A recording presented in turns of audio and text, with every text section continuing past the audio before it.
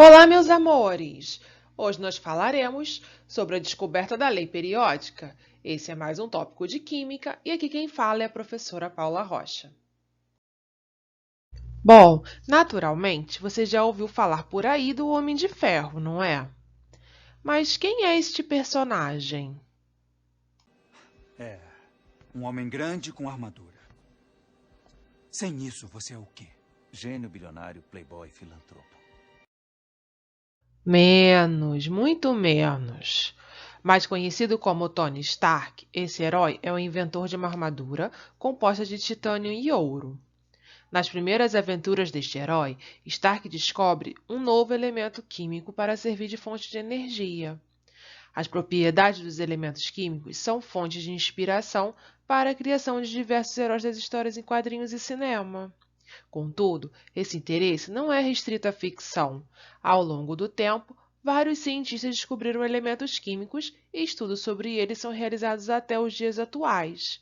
Um exemplo disso é a cientista Marie Curie, que descobriu o polônio e o rádio. Ao longo do tempo, as investigações realizadas pelos estudiosos permitiram a descoberta de diversos elementos químicos. O aumento da quantidade de elementos químicos conhecidos influenciou os cientistas a criarem uma simbologia para representá-los. No entanto, a representação desses elementos por meio de símbolos tornou-se confusa. Dessa forma, foi desenvolvida uma representação baseada no nome do elemento químico.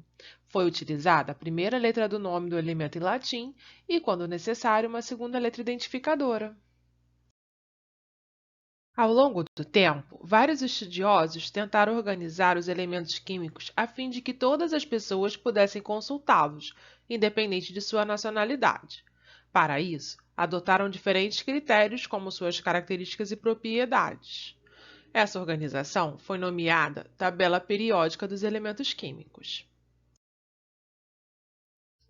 Depois de diversas tentativas de inúmeros químicos em tentar organizar os elementos segundo ordem crescente ou grupos de massas atômicas, foi o russo Dmitry Mendeleev quem montou a tabela que conhecemos atualmente. Ao organizar os 63 elementos conhecidos na época em ordem crescente de massa atômica, Mendeleev observou que eles obedeciam a um padrão, de acordo com suas propriedades. Ele também deixou espaços para os elementos químicos ainda não descobertos. Em estudos posteriores ao de Mendeleev, os cientistas perceberam que alguns elementos químicos não obedeciam à periodicidade proposta pelo químico russo. Dessa forma, iniciaram buscas por novos critérios para organizar a tabela periódica. É então que, em 1913, o físico inglês Henry Moseley desenvolveu uma nova organização da tabela periódica, adotada e utilizada pela comunidade científica até os dias atuais. Quando Moseley realizou suas observações, já se sabia da existência dos prótons, nêutrons e elétrons, e que cada elemento químico se caracterizava pela quantidade de partículas de carga positiva.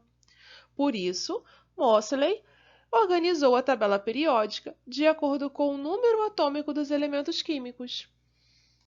A tabela periódica atual nos fornece muitas informações sobre cada um dos elementos químicos, como nome, estado físico, massa atômica, nome do grupo a que pertence, entre outras. A tabela periódica é importante porque apresenta os elementos químicos de maneira organizada, agrupados de acordo com suas propriedades químicas e físicas, o que facilita a sua consulta. Cada quadro da tabela periódica representa um elemento químico com suas respectivas informações. O símbolo do elemento químico é representado no centro. O nome do elemento químico está localizado abaixo do seu símbolo.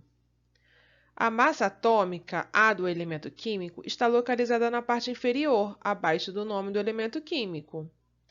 E o número atômico Z do elemento químico está localizado na parte superior, acima do símbolo do elemento químico. Na tabela periódica, as colunas e linhas recebem nomes. As colunas são os chamados grupos ou famílias e as linhas são chamados períodos. Os elementos químicos que possuem propriedades semelhantes pertencem aos mesmos grupos. Os grupos são numerados de 1 a 18. e alguns deles recebem nomes específicos, com exceção do elemento hidrogênio.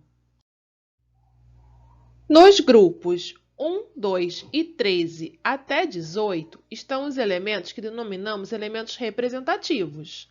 Nos grupos 3 até 12 estão os elementos de transição.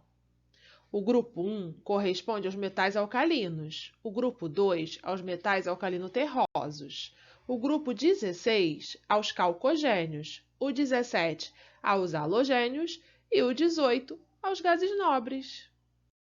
Os períodos são numerados de 1 a 7, começando pela parte superior da tabela periódica.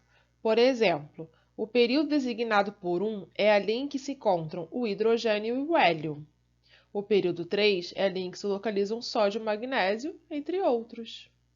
A maior parte dos elementos químicos da tabela periódica são os chamados metais.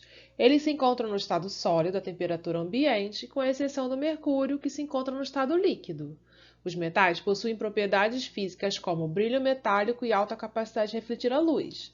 Além de serem bons condutores de calor e eletricidade, são maleáveis e dúcteis, podendo ser moldados em fios. Além disso, os metais possuem a tendência a ceder elétrons formando cátions.